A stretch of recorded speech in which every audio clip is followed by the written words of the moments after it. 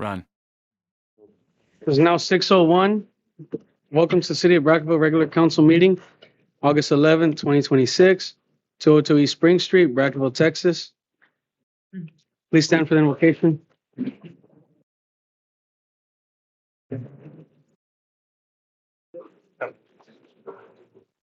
Lord, first off, I want to start by asking you to be with our City Administrator Brigitte Villa.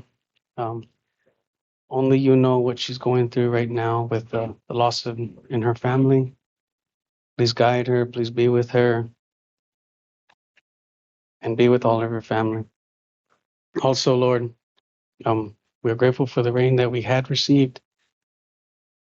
Please continue to shower down on us. Please help us with this recurring drought that we are in. And to be with each and every one of us here today. And may you keep all our minds clear and focused on today's meeting. Amen. Pledge of Allegiance. There's flags right there on Ford's. Pledge allegiance to the flag of the United States of America and to the republic for which it stands, one nation, under God, indivisible, with liberty and justice for all. Roll call. This is Laura. Present. Councilman place 1, Vigian Martinez. Present. Councilman place 2, Israel Liz. Present. Councilman place 3, Mario Martinez. Present. Councilman place 4, Francisco Hernandez. Present. Councilman place 5, Rosario Rivas. Present. And Quorum. Number 4, citizens communication. Do we have anybody written down? Yes. Yes, ma'am. My name is Anita Anaya, and I'm a Apache member and enrollment officer. We're the owners of the Cohi Community Gardens for everybody. And I know a lot of people are not experts and all that, but we're also we're members of the border organization. We're here for the people, and we met the mayor and Bridget time back, and a couple of times that we've met, and we're open with them. We talk about some of the needs here in the city, and they go to it. They take care of it.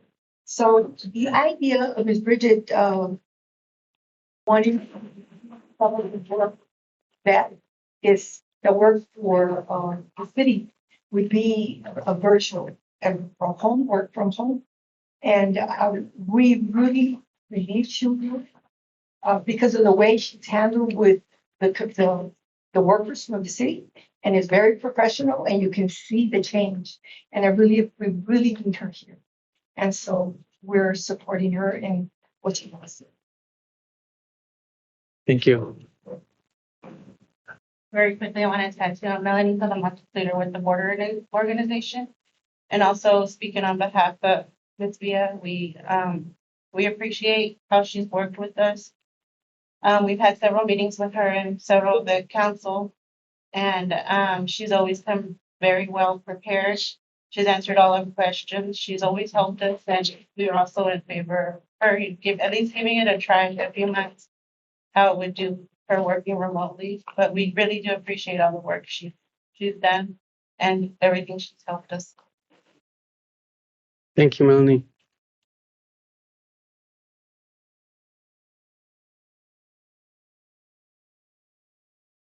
Let's move on to number 5. Minutes, consideration and possible approval of minutes for June 24th, regular council meeting.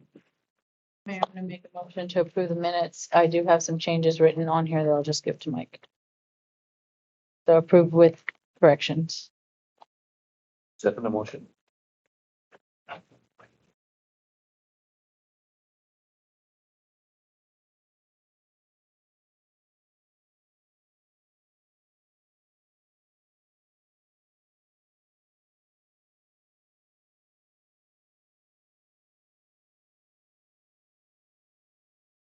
And a motion made by Francisco Hernandez to approve the minutes with the exception of making corrections. Second by Refugio Martinez. All in favor, say aye. Aye. Any opposed? Any abstain?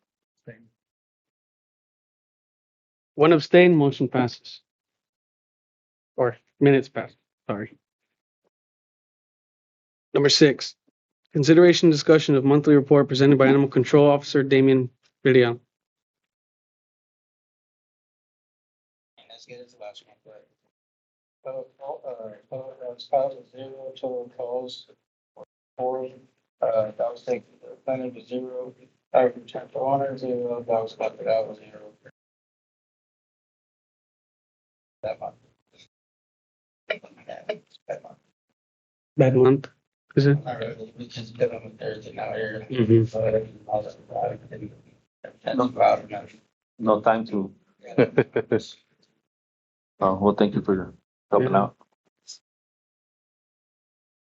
Thank you. Questions? Thank you, Damian. Consideration and discussion of the monthly report presented by Operations Supervisor Michael Falcon regarding work performed and pending projects in the City Public Works Department. He's outstanding. Did y'all have a? Michael's not here, but they. Yeah, Damon, if you could please read it. Do you have it? Major jobs was, the city streets closure, ditching flooding along the Lost Morris Creek on 7/16/26, which was Velma Street, West Fulton Street, West North Street, West Edwards, West Hotel, South Ross, King Street, River Street, Brackett. We reopened the streets after the water dissipated and had some of work being done on them to clear out all the debris and everything there. The South Frederick Street was repaired due to the flooding. So I don't know if y'all saw the whole road got taken off. So after it dried up, we placed down and rolled it and got it ready. So then we reopened it up. We got audited by the Railroad Commission of Texas on 7/13/2026. An extensive audit was conducted by the Railroad Commission Oversight and Safety Division. Pipeline plant inspector reviewed the city of Brackettville distribution integrity management plan program, operations and qualification program, and operations and maintenance program.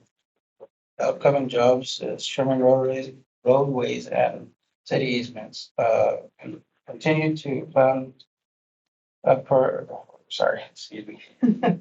continued our plan operation from the audit conducted by the Railroad Commission on 1/5/26. The street repair on West Thomas and Sweeney, First Street and East Bellman has already started. And the ongoing jobs continue cleaning the alleys, cutting the grass, and brush pickup on both sides of the street. So Damian, on the, I guess west of Beaumont, have you guys worked on any of these alleys that had all the water run down through them? Please, Or roads that got damaged? not all the way up. We've repaired most of the roads going up where it was really bad. I mean, there's still gravel, but not that bad. But we don't have any material at the moment to take up that way. And I mean, at the roads, gravel, like pretty decent. Most of them going up that way. Okay, thank you.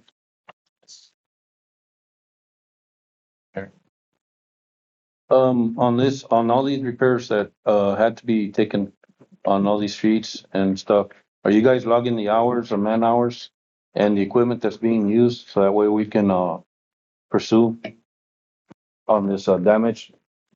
It's on there, on the work orders. Yeah, whenever the guys look at the work, they're supposed to put, and, Susie puts when they take the work order, and then whenever they get it back and Damian signs it, has it to Susie, the other one spreadsheet, the time that it was complete. Okay, so you got all the man hours of all the people that are working on them, so that way we Yeah, can, and all the roads that are like the flood roads and stuff like that. the damages and the materials and stuff that we're purchasing for that. Yeah, and, I think Falcon was working on getting the quote on the material to fix all those type of roads and stuff to put in that. Yeah, Thank you. I know TDOM is the one that will eventually need all this information. I would say to be proactive, maybe start the reports now, pull in work. I worked with Tina and with Mark. Mhm. So they gave me the whole little, like an outline and stuff. So they're the ones that told me, okay, do like this, do like that. So I'm just following their outline. Yeah. Whenever, Tina does open it up, then we can go ahead and put our reports for Tina and I think for FEMA as well, pretty qualified for both. Okay. Any more questions? Thank you. Thank you, Damian. Number 8, consideration and discussion of the monthly report presented by City Administrator Brigitte Villa regarding city business. Monthly report of July 2026. Regarding the installation, attended the TM meeting and then the meeting with the ClearGov. They already have that up and running. Now it's just doing our budgeting and putting it with the correct charts that we got going on there. And then the training for AdCom. They already started, I guess it's called like a sandbox, what we're gonna be using for the utilities and all that. So they gave us like a brief rundown of how the sandbox works. And we're supposed to have another training, so that way we can start with the installation and stuff, so we can get rid of, so we get rid of RVS and implement the AdCom. I finalized a portion of the TML claim. We were able to get the full claim on that part. So they sent it to subrogation and we're gonna see if we can, with subrogation, and we get from errors and omission, and we can get a little more. I worked with TML for the floodplain with TDM and, we attended a little workshop with that. And working on the budget as well. Hopefully I should have it completed by next week. And, upcoming is the TDM and the FEMA documentation, finalized budget, work on the subrogation claim, and work on the forage thing. You have any questions? I got a question. Well, I don't have a question. I have information on that. I did contact McGuire Iron, but Jaime, or I'm sorry, Jamie, never returned the phone call back, which is the manager that's in charge of the project. New one, right? Or Or I don't. there was some guy, that's why the whole production, I think, stopped. There was some guy supervising, working on it. And then I guess he left or something. Nobody was told nothing. And finally, this new guy came in and he was kind of trying to figure out what was going on. So that's when he called me. Maybe he's the guy. I'm not sure, but he didn't answer. But one of the things that, because of the bypass that has to happen in order for them to start, I just want to give you guys a heads up that it's going to be very costly. So, they're just waiting on what's the time frame that McGuire and Iron is going to be able to do, sand it down, power wash it, do whatever they need to do to get it. What's the time frame from when they start the bypass to when it stops, and to put that tank back in service. So that's the time frame that they're asking. I met with the electricians. I met with the with the tank guy, with Matthew from Melvin Stock, and of course with Randy. And there's a way of doing it cheaper, and that's what we're aiming for. But it's still going to be costly because you got to put an 8-inch valve on that cast iron line live without taking the town down, without taking the water out. Or else you'll be shutting down the town for probably about 6 hours. Last I talked to Roxanne, she had said that she was gonna look into it. Because it doesn't say in the contract, like, include a bypass, but, it does have, it says something like, pretty much saying like the whole operation of the tank. And I was like, well, wouldn't this be concluded? Whole operation, I go, we can't work without it. She's like, let me get back to you on that. I said, I'm gonna have to ask the supervisor and I'll get back. In the meantime, she did ask for the quote for the bypass of the third party. Okay. So then, if we do get the pricing on the third party for that, and if they the contract does state that's the whole thing, then they would be responsible for that expense, I believe, Paying the third party, yeah. right? So they just want a third party to come in and do the bypass, and then they come in, right? Okay. Thank you. Thank you, Bridget.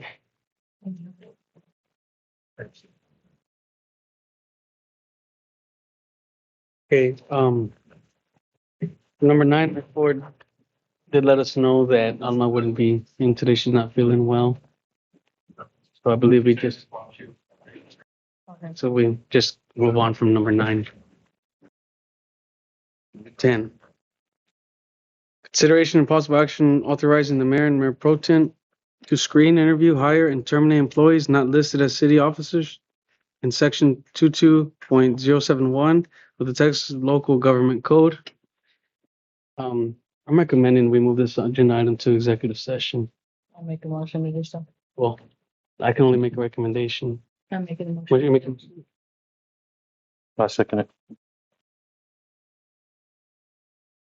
Chica makes a motion to move agenda item number 10 to executive session. Second by Israel De Hoyos. All in favor, say aye. Aye. None opposed. None abstain. Just for the record, Mayor, that'll be under 551071. Yes. Consultation with attorney. Yes, under pursuant of section 551.071 and 551.074 under consultation with attorney. Motion passes. Or not motion passes. Agenda item moved to executive session.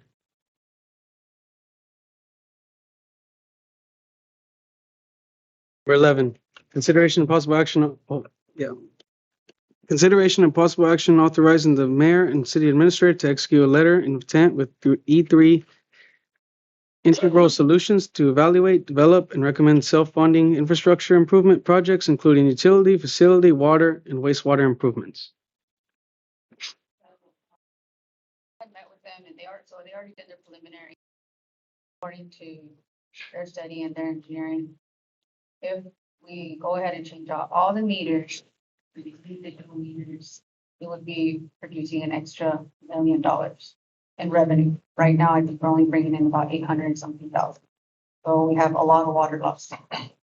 They did consider that they want to do like, I guess like another meeting where it's just them, so they can go over like all the numbers and what they're doing and stuff. So the way this would work is they come in, switch out all the meters, we go ahead and do a contract with them, we figure out how we do the installment, 2 installments, 3 installments, whatever it is.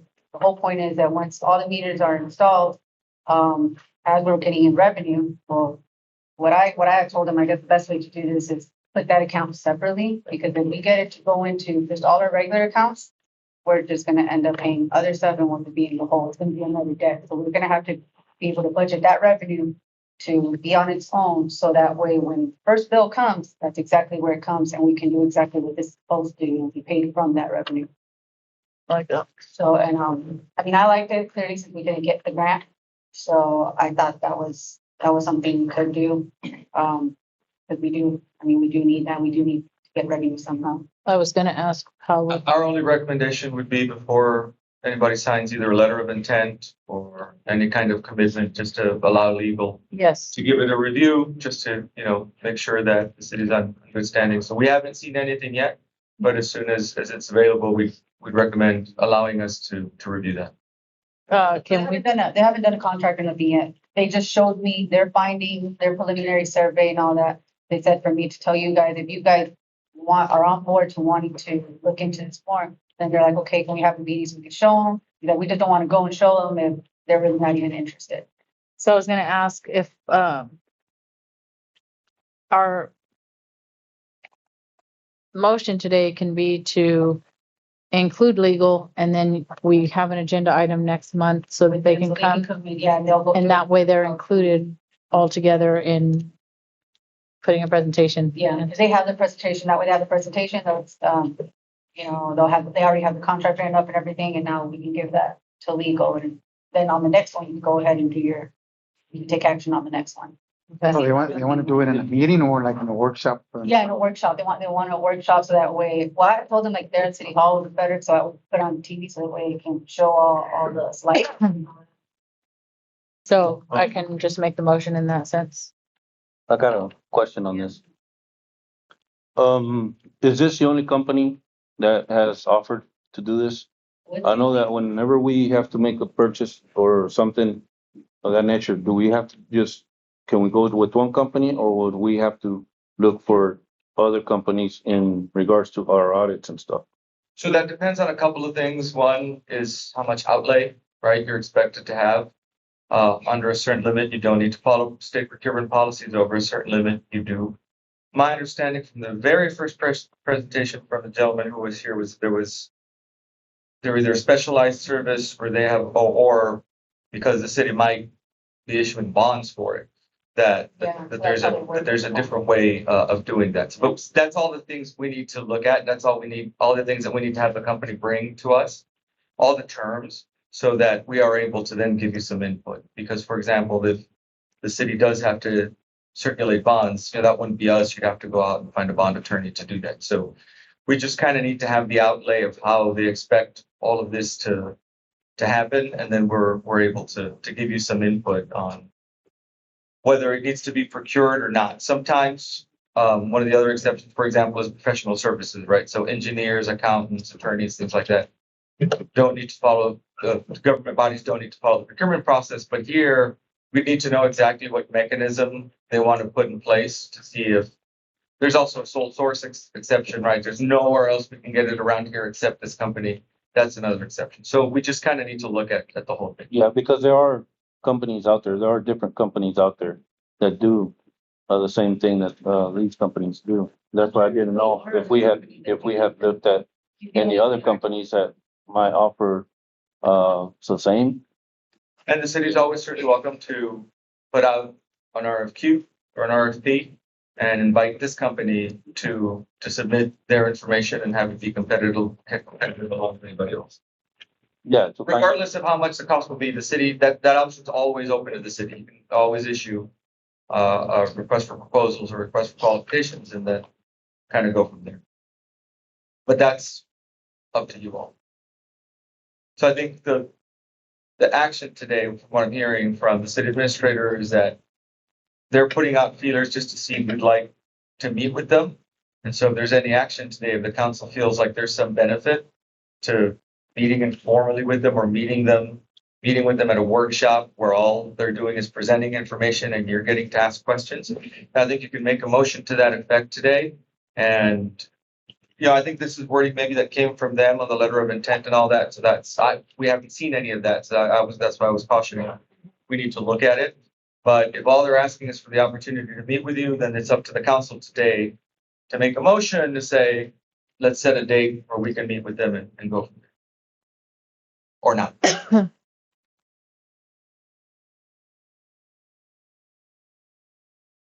Yeah.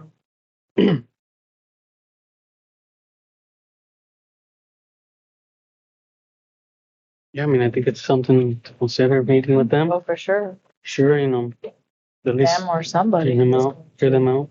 My only catch on this is I'd like to get the tank taken care of, because if we have to pay for the bypass, how are we gonna be able to afford this?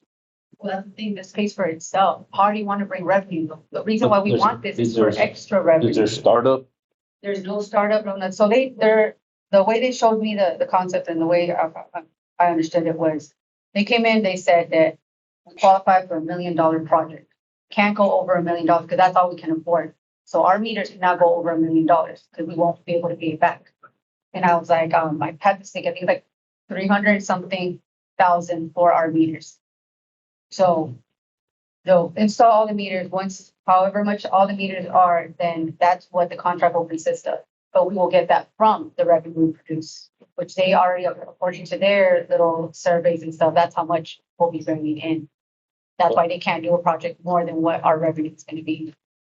Okay, yeah, because on doing their meters, they'll have to replace all the meter boxes. And also, I do know that there's a annual fee for their programming. I believe it's like $28,000 to $32,000 that it could be up to that much. And that's every year from here now on. For the meters? For the upgrade for the update of the programming of the According meters. to the next meter, they don't have that for the next 10 years.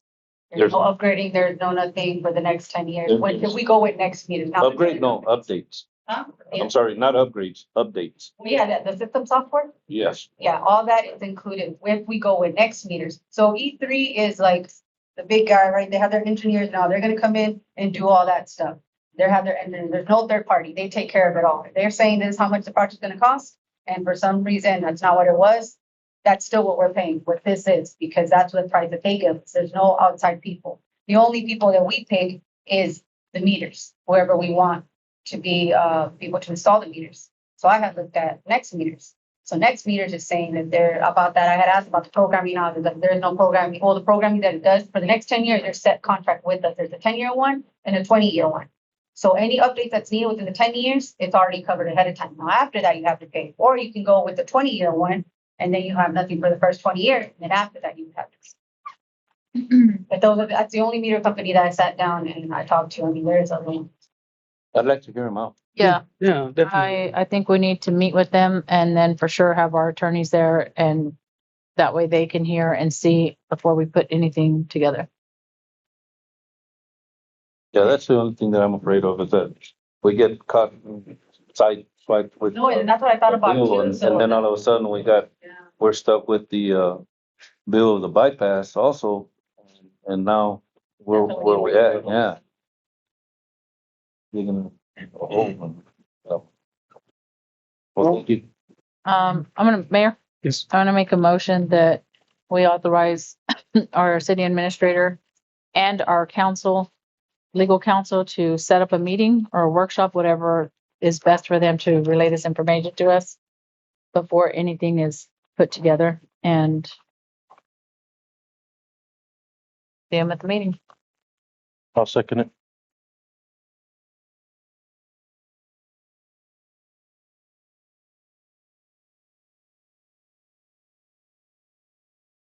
Been a motion made by Francisco Hernandez to approve city admin and council to set a meeting with E3 Integral Solutions to discuss the infrastructure improvement. Second by Israel DeHos. All in favor, say aye. Aye. Opposed? And abstain? Motion passes. Okay. Number 12. Now we're going into executive session. Executive session pursuant to section 551.071 and 551.074 Texas Government Code. Consultation with attorney and deliberation of personal matters regarding City Administrator Brigitte Villa. Possible action in open session regarding the same, including possible authorization for the city secretary to post a vacancy announcement for the city administrator position and authorize city secretary to receive applications for a possible vacancy. Number 13, annual evaluation of Bea Guajardo. Job performance, possible action in open session regarding the same, which may include a salary and job description adjustment. The number 14, we can leave off. He's no longer employed with. Go ahead. Okay. The annual evaluation of Joseph Guajardo, job performance, possible action in open session regarding the same, which may include salary and job description adjustments.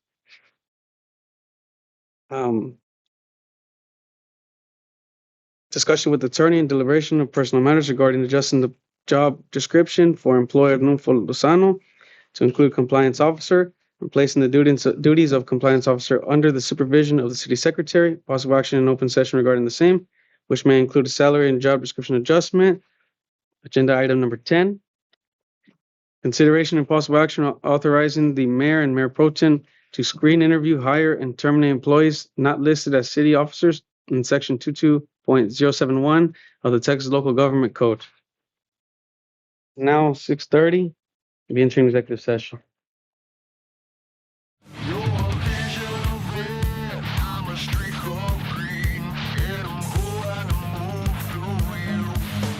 Run.